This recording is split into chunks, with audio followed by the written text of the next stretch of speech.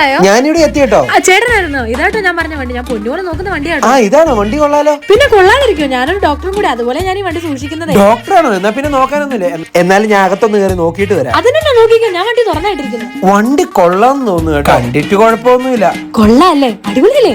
ഡോക്ടറെ, എനിക്ക് വണ്ടി ഇഷ്ടപ്പെട്ടു. ഇനി വിലയുടെ കാര്യങ്ങളൊക്കെ എങ്ങനെയാ? ടയർ കണ്ടോ?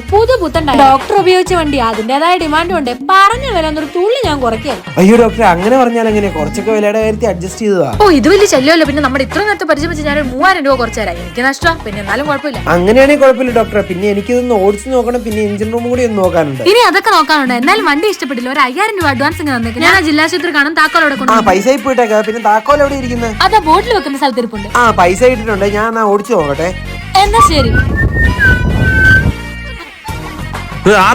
അയ്യോ ഏട്ടാ, മാറിപ്പോയതായിരിക്കും. ഇത് എന്റെ വണ്ടി. ഇത് ഇപ്പം നടന്നോളൂ. എന്റെ വണ്ടി ഞാൻ ആർക്കും കൊടുത്തിട്ടുണ്ട്. ചേട്ടാ, ഞാൻ ഇപ്പൊ താക്കോല് കാണിച്ചു തരാം.